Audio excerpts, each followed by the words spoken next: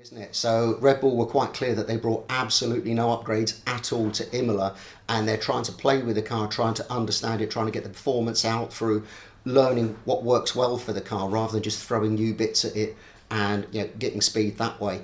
Obviously that isn't an approach that can last forever, so Red Bull really need to be cracking on with their in-season development. Now Marco has said already that they will keep developing this car through the summer, and I think if they want to get this championship, absolutely they have to.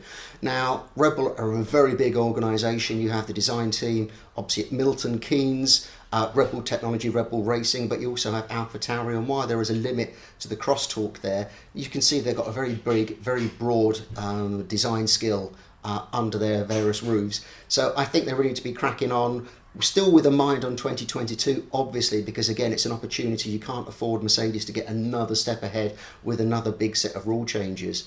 So they need to be working very well. Honda appear to be working very hard. We spoke last time about the video about what they did to their engine. They're being very open. It's actually some of the English language social channels are now talking about these changes to the engine.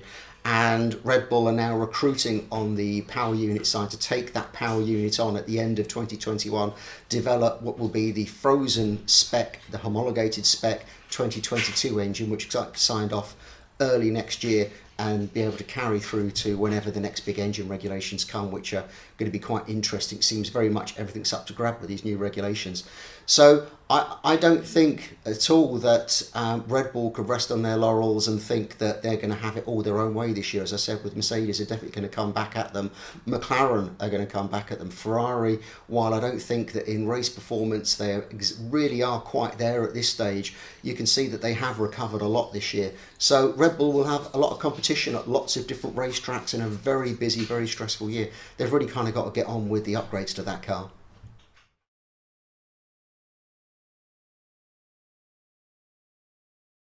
They've very much made improvements to that car.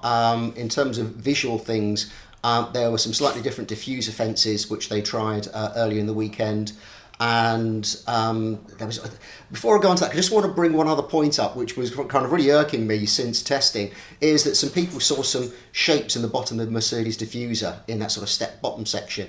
And the rumours have grown, particularly through the Italian press, that there are holes that are used as a tunable setup in the base of the Mercedes diffuser. I've had a look at this. I can't see this as being a case at all. And all you're seeing is just a little 3D plastic piece which gets bonded into the bottom of the Mercedes diffuser, which gives you those little row of vortex generators. People are looking at that and drawing some odd conclusions. So no, definitely no holes that I can see so far. Certainly see no evidence that there's any holes in the bottom of the Mercedes diffuser, so we could kind of debunk that one. I think when we do look at the Mercedes, you can see that they haven't made too many changes to the car, as I said. However, they seem certainly have to have bumped up the rear ride height slightly. It's certainly at the higher end that we've ever really seen the Mercedes. It is a little bit of an optical illusion. It's very tricky to spot because the way that the floor now tapers towards the rear wheels does almost give you a vision that the car is higher because the floor is masking the bottom of the car ever so slightly. But it does look like they've kind of maybe raised the ride height as much as they feel is possible within the mechanical setup of the car. And they've played about with the settings, and I think a lot of people have been writing Mercedes off for the season. I think what you're seeing now is, certainly in Lewis's hands, you've got quite an edgy car, but it has performance, it has balance, and if you can handle that, then there is pace in that car, as we saw through qualifying, through the race, and throughout through practice as well. So I think Mercedes will bounce back very rapidly from the issues that they had with the rule changes and through testing. And I think that will then sort of flow on to hopefully still be a very balanced championship between Mercedes and Red Bull. As you say, I think Valtteri is struggling with the car a little bit more while he just kind of get used to this edgy handling. They've kind of gone back to the 2018 Diva they had. But yeah, I mean, I think certainly Mercedes are in a position where they can recover their season, and definitely would be wrong to write them off.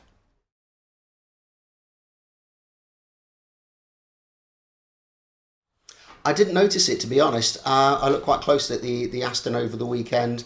There was a few little changes there. They brought different wings, some different end plates. They also brought what looked like their 2020 spec side pods back to the car.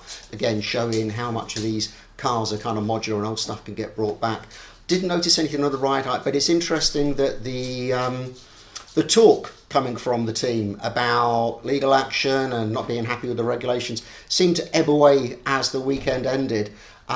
Still, we haven't seen the performance in that car, so it's looking like a very difficult explanation for the management at Aston Martin to bring to the Strolls as to exactly what's going on with that car. I think it's going to be a very long, very difficult season for them, and I think the temptation could be to look at 22 as early as possible. But still, you know, it's a big first season to want to write off for the Aston Martin brand.